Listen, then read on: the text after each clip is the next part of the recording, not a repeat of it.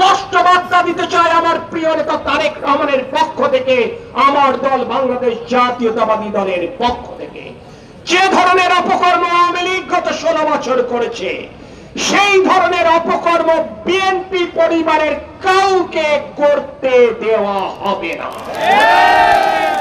আর কেউ যদি ওই ধরনের অপকর্ম করবার চেষ্টা করেন, সেই ব্যক্তি যত বড় নেতাই হন না কেন, বিগত 16 বছর ফ্যাসিবাদ বিরোধী আন্দোলনে আপনার যত বড় ভূমিকায় থাকুক না কেন, আপনি যত বেশি মামলা খান না কেন, আর যতবার কারাগারে যান না কেন, দল আপনার বিরুদ্ধে সাংগঠনিক ব্যবস্থা নিতে কুণ্ঠাবো। কারণ ব্যক্তির চাইতে দল বড়, দলের চাইতে দেশ বড়, এই মূল মন্ত্রে বিশ্বাস করে বিএনপি। আজ আপনি আমাদের আপনজন ছিলেন ফ্যাসিবাদ বিরোধী আন্দোলনে, কিন্তু আজ আপনি জনগণের প্রতিপক্ষ যখন হয়ে যাবেন, তখন আপনার জায়গা বিএনপিতে হবে না, এটি আপনি নিশ্চিত রাখতে পারেন।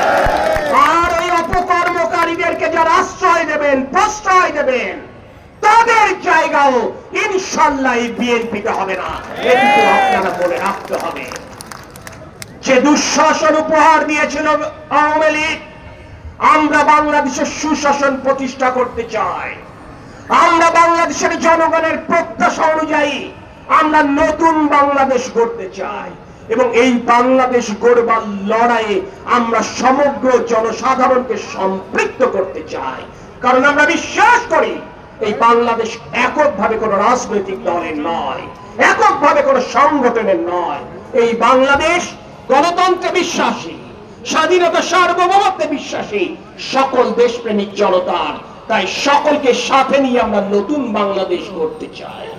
আমি বিশ্বাস করি এই যশোরের উন্নয়নে শহীদ রাষ্ট্রপতি জিয়াউর রহমান এবং দেশনেত্রী বেগম খালেদা জিয়া আমাদের প্রয়াত অভিভাবক তরিকুল ইসলামের মাধ্যমে যে অভূতপূর্ব উন্নয়ন সাধন করেছিলেন, যশোরবাসী যদি আগামী জাতীয় সংসদ নির্বাচনে শহীদ রাষ্ট্রপতি জিয়াউর রহমান এবং দেশনেত্রী বেগম খালেদা জিয়ার শুধু রক্তের নয়, আদর্শের উত্তরাধিকার তারেক রহমানের পক্ষে তাদের অকুণ্ঠ সমর্থন ব্যক্ত করেন, আগামীতে যশোরে 6টি আসনে ধানের শীষ প্রতীককে বিজয়ী করে ইনশাআল্লাহ তারেক রহমান যশোরের মানুষের প্রত্যাশা পূরণে সচেষ্ট হবেন, এই কথা যশোরবাসীকে এই মঞ্চ থেকে আমরা দিতে পারি।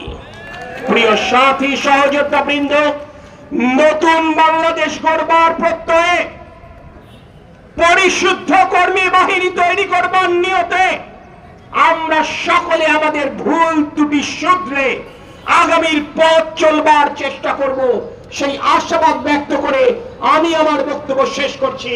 আল্লাহ হাফেজ।